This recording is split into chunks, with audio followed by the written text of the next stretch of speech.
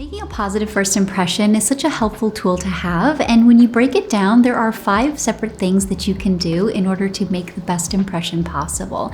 These are tips you can keep in mind if you're maybe going on a job interview or you're meeting someone important for the first time, and they can help you to translate your message to the world in a way that you want to. So let's get started. So the first thing you want to keep in mind in order to make a great first impression is posture, and posture goes a really long way in how you're coming across to another person, because when you stand up straight, you have a lot more presence, you look more confident, and you ultimately look a lot more engaged.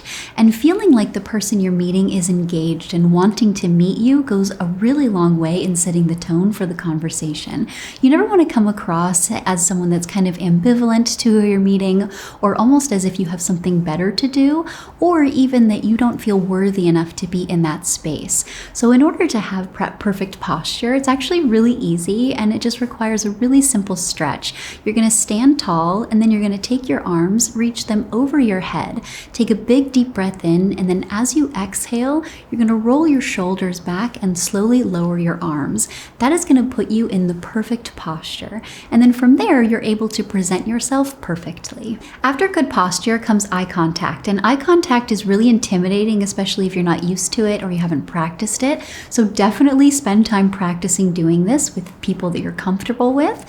And then when it comes to actually being able to implement this in a firsthand experience, eye contact goes a really long way in making the other person feel valid, also making it feel like you want to be there, much like the posture that we mentioned. And then even further, it's an essential part in connecting with another person. So in order to have a fulfilling conversation, eye contact is almost impossible to avoid. Now, when it comes to eye contact, try not to stare aggressively into the person's eyes. Don't make it an intimidating thing, but rather make sure you're focusing on them. That should always be the carryover. You don't want to look at their forehead, you don't want to look at their hair, you definitely don't want to look at their mouth, you don't want to look anywhere below their face. It's very off-putting, and it's, again, not conducive to a productive conversation and then ultimately a great first impression. So get comfortable with this so that when it actually matters, you're able to do so in a way that feels very organic. The next thing you can do to make a great first impression is smile, and smiling is something that we respond to instinctively. It instantly puts us at ease and makes us feel welcome, and again, very engaging. So it's something that can go a really long way in making a great first impression. If you meet someone and they don't smile, it can be very disconcerting, and it almost makes it seem like they're not excited to talk to you and or that they even want to be talking to you. So by smiling, you kind of relax the entire situation and create a much more open environment and something that feels a lot more receptive. And you'll probably come to find as you smile, it comes more and more easy, and then ultimately you're going to get that back from the other person. So it goes a really long way, and it's definitely one of my personal favorite things to rely on. The next thing you can do to make a great first impression is practice engaging conversation. Now, if you're going into an interview setting, a conversation is going to be less the focus, and rather you're going to shift your energy into answering your questions appropriately in the way that you've prepared.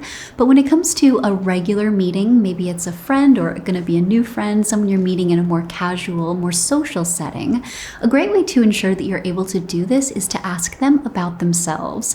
It's one of the easiest ways to get a conversation going, and especially if you ask someone a really great question, like if they've read a great book recently, if they watched a cool movie, a place they've gone to eat that's been great for them, something on a more personal level. It's not really advisable to dive right in with hard-hitting questions like what they do for a living and how their job is. Those can feel a little bit uncomfortable for some people.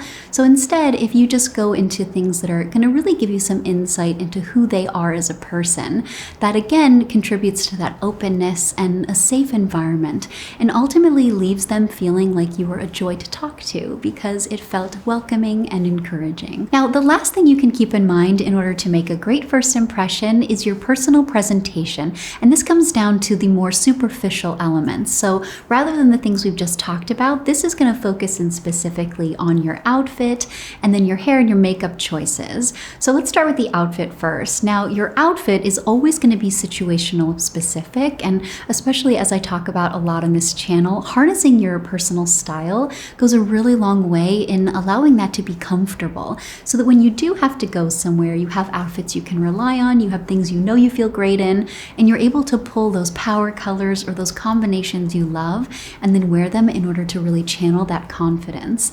Now, of course, also within that, if you're going to go to a job interview or work or somewhere that is going to be a little bit more formal or designated, paying close attention to the dress code is going to be very important here, because that goes a long way in the overall respect, and then ultimately that in and of itself translates a really great first impression, because it shows foresight. You took the time to understand the dress code and then follow through with it. Now, when it comes to your hair and your makeup, these are 100% personal choices.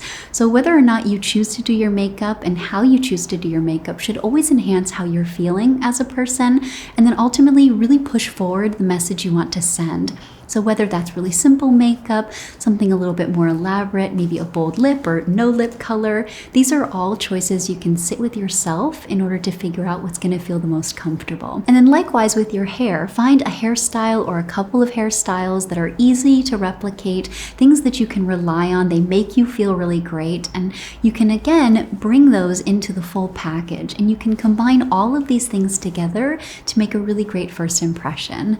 So I hope that these tips are helpful for you as we go through life making a series of first impressions.